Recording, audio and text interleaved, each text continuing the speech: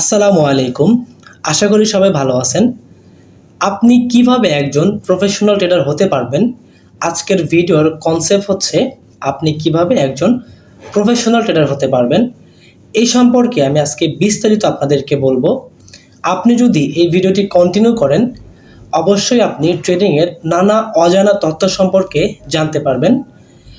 তো চলেন বেশি কথা না বলে ভিডিওটি শুরু করি। Hey guys, this is little tedder.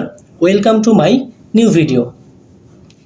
আমাদের ভিডিওর টপিক ছিল আপনি কিভাবে একজন প্রফেশনাল ট্রেডার হতে পারবেন। আপনি একজন প্রফেশনাল ট্রেডার হতে গেলে অবশ্যই আপনাকে প্রথম যেটা জানতে হবে সেটি হচ্ছে ট্রেডিং সম্পর্কে। আপনি যদি ট্রেডিং সম্পর্কে না জানেন তাহলে কিন্তু আপনি একজন প্রফেশনাল ট্রেডার হতে পারবেন না। এখন ট্রেডিং সম্পর্কে আপনাকে কি জানতে হবে? অনেক ধরনের ট্রেডিং হয়ে থাকে, যেমন binary trading, forex trading, spot trading, crypto trading, future trading, etc. তো আমরা যেহেতু বাইনারি ট্রেডিং করতেছি, তো আমরা বাইনারি সম্পর্কে কিছু কথা বলবো। ট্রেডিং করতে গেলে অবশ্যই আপনাকে ট্রেডিংয়ের রুলস মেনে চলতে হবে। আপনি যদি ট্রেডিংয়ের রুলসগুলো মেনে চলতে না পারেন, আপনি কিন্তু লুজার হয়ে যাবেন। তার কারণ ট্রেডিং একটা বিজনেস এবং trading is a psychological game. এই সাইকোলজিক্যাল গেমে আপনাকে টিকে থাকতে হলে অবশ্যই আপনাকে ট্রেডিংয়ের রুলসগুলো মেনটেন করে চলতে হবে।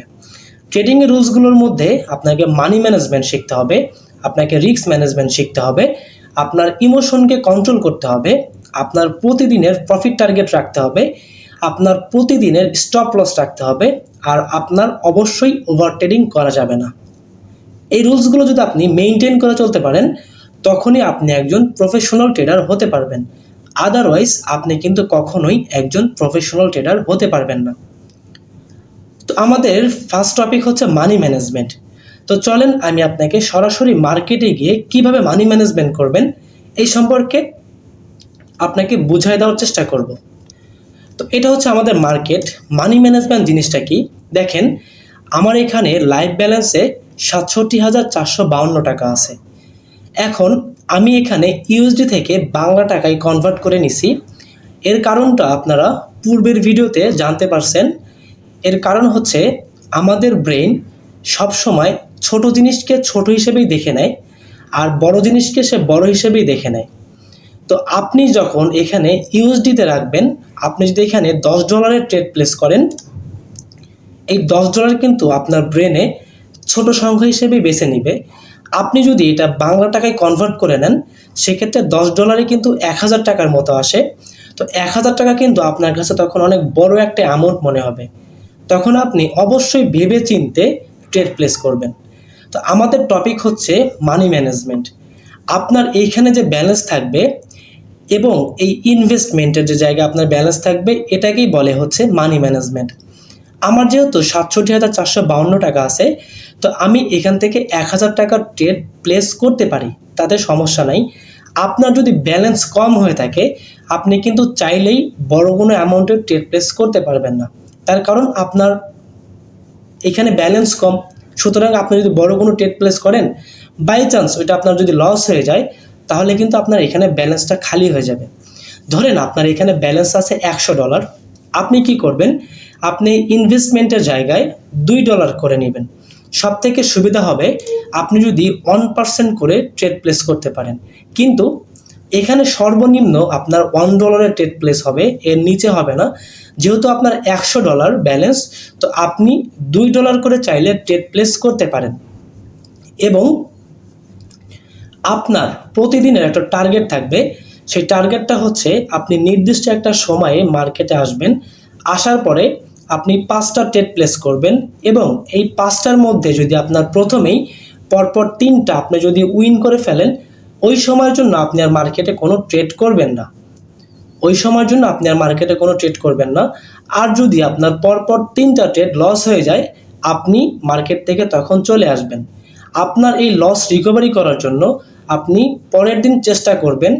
পরের দিন যখন আপনি চেষ্টা করবেন, তখন আপনি চাইলে লস রিকভারি করতে পারবেন। আপনি যদি ওই দিনই আপনার লস রিকভারি করতে যান, তখন কিন্তু আপনার এই ব্যালেন্সটা খালি হওয়ার সম্ভাবনা আছে। সুতরাং আপনাকে যদি ট্রেডিং সেক্টরে একজন প্রফেশনাল ট্রেডার হতে হয়, অবশ্যই আপনাকে এই যে মানি ম্যানেজমেন্টটা ফলো করতে হবে।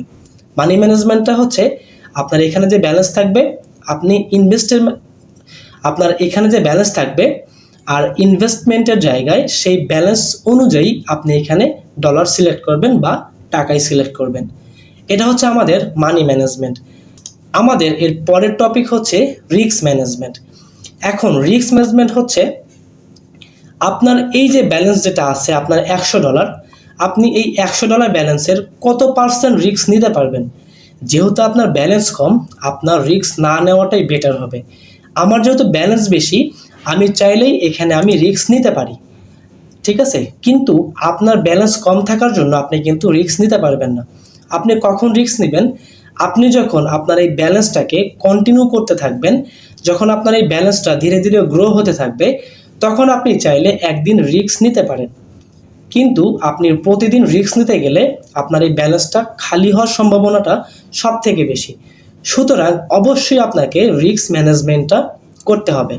আপনি এখন কোনো রিস্ক নিতে যাবেন না, আপনি ধীরে ধীরে কন্টিনিউ 1-2 মাস করতে থাকেন, এরপরে আপনি চাইলে একদিন রিস্ক নিতে পারেন, সমস্যা নেই, কিন্তু আপনি ডেইলি রিস্ক নিতে যাবেন না। এটা হচ্ছে আমাদের রিস্ক ম্যানেজমেন্ট।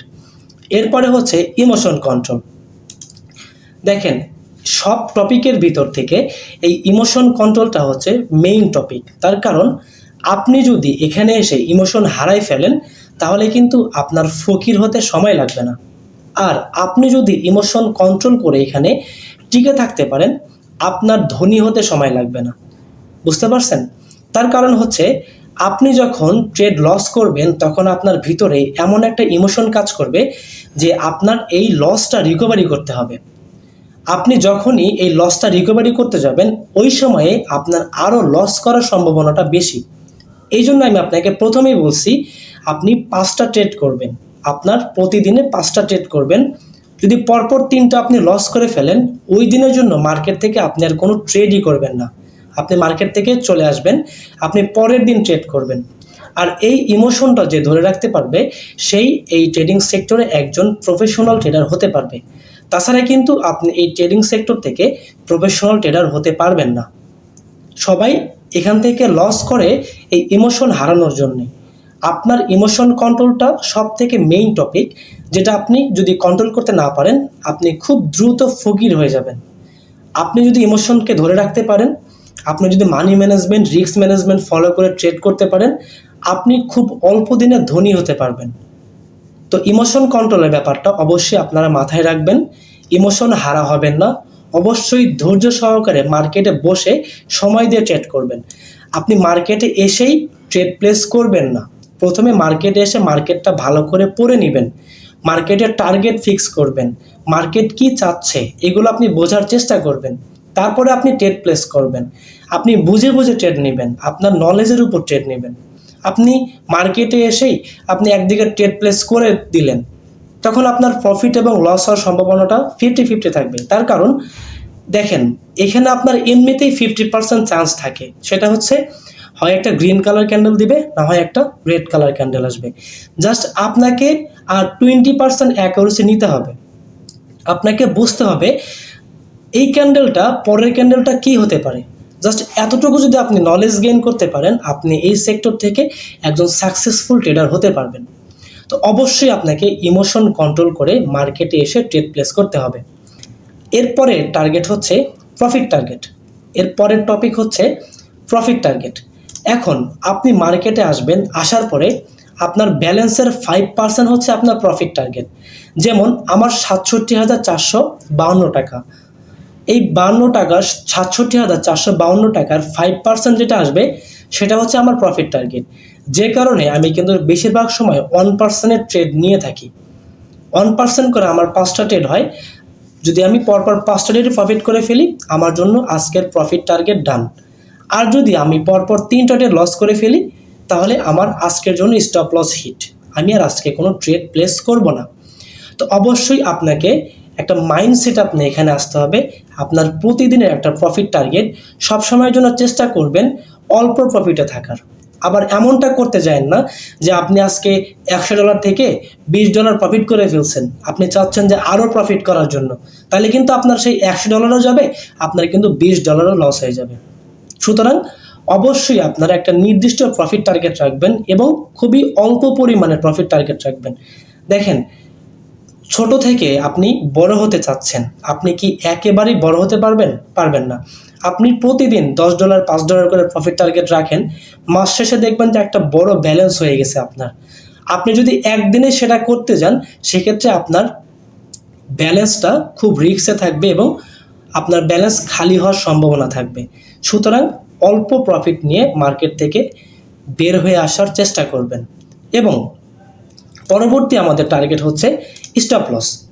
আপনি যেমন অল্প প্রফিট নিয়ে সন্তুষ্ট থাকবেন, ঠিক তেমনই আপনার সাধ্য মতো স্টপ লস রাখার চেষ্টা করবেন।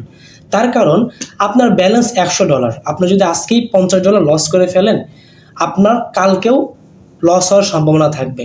তো আপনার $100 আপনার স্টপ লস থাকবে হচ্ছে $8, আপনার প্রফিট টার্গেট থাকবে হচ্ছে $5। আপনি $100 থেকে যদি $5 প্রফিট করতে পারেন, আপনি মার্কেট থেকে বের হয়ে আসবেন। আর যদি আপনি প্রফিট করতে না পারেন, আপনার যদি স্টপ লস হিট হয়ে যায়, মানে যদি আপনি $8 লস করে ফেলেন, আপনি মার্কেট থেকে বের হয়ে আসবেন। অবশ্যই আপনাকে এই প্রফিট টার্গেট এবং স্টপ লস মেনটেন করতে হবে। আমাদের লাস্ট টপিক হচ্ছে ওভার ট্রেডিং। আপনি যতক্ষণ মার্কেটে বসে থাকবেন, মার্কেট আপনাকে ততক্ষণই বলবে যে তুমি এটা আপের ট্রেড নাও, তুমি এটা ডাউনের ট্রেড নাও। আপনি কখনোই ওভার ট্রেড করতে যাবেন না, এটা আপনার জন্য ঝুঁকিপূর্ণ। আপনার তো $5 প্রফিট হয়ে গেছে, আপনার কি আর কিছু লাগবে? আপনার তো আজকের দিনের জন্য প্রফিট টার্গেট ডান। তো আপনি কেন মার্কেটে এসে আবার ওভার ট্রেড করতে যাচ্ছেন? তার কারণ মার্কেট তো আপনাকে সব সময়ের জন্যই চাইবে যে আপনি লস করেন, কারণ আপনি যদি লস করেন প্রফিট তাদের হবে, আর আপনি লস করলে ক্ষতিটা আপনার হবে। তাই সব সময়ের জন্য ওভার ট্রেড থেকে আপনি বিরত থাকবেন, ওভার ট্রেড করতে যাবেন না। আপনি একটা রুলসের ভিতরে আপনি মানি ম্যানেজমেন্ট, রিস্ক ম্যানেজমেন্ট, আপনার ইমোশন কন্ট্রোল, আপনার প্রফিট টার্গেট, আপনার স্টপ লস, আপনি যদি এগুলো মেনটেন করে চলতে পারেন, অবশ্যই দিন শেষে আপনি একজন প্রফেশনাল ট্রেডার হতে পারবেন। আদারওয়াইজ আপনি কখনোই প্রফেশনাল ট্রেডার হতে পারবেন না। তার কারণ আপনি রুলস মেনে চলতেছেন না। আর আপনি যদি রুলস মেনে না চলেন, তাহলে আপনি কিভাবে একজন প্রফেশনাল ট্রেডার হতে পারবেন? আর এই ট্রেডিং সেক্টরে শতকরা 95% মানুষই লস করে। তার কারণ তারা এই রুলসগুলো মেনটেন করে চলে না। যদি তারা 5 দিন এই রুলসগুলো মেনটেন করে চলে, 6 দিনের মাথায় তারা লস করে ফেলে। তখন তারা ইমোশন হারাই ফেলার জন্য তারা তাদের এই ব্যালেন্সটাকে খালি করে ফেলে। সুতরাং আমি আপনাকে বলবো, অবশ্যই আপনি যদি একজন প্রফেশনাল ট্রেডার হতে চান, আপনাকে এই ট্রেডিংয়ের রুলসগুলো মেনটেন করে চলতে হবে।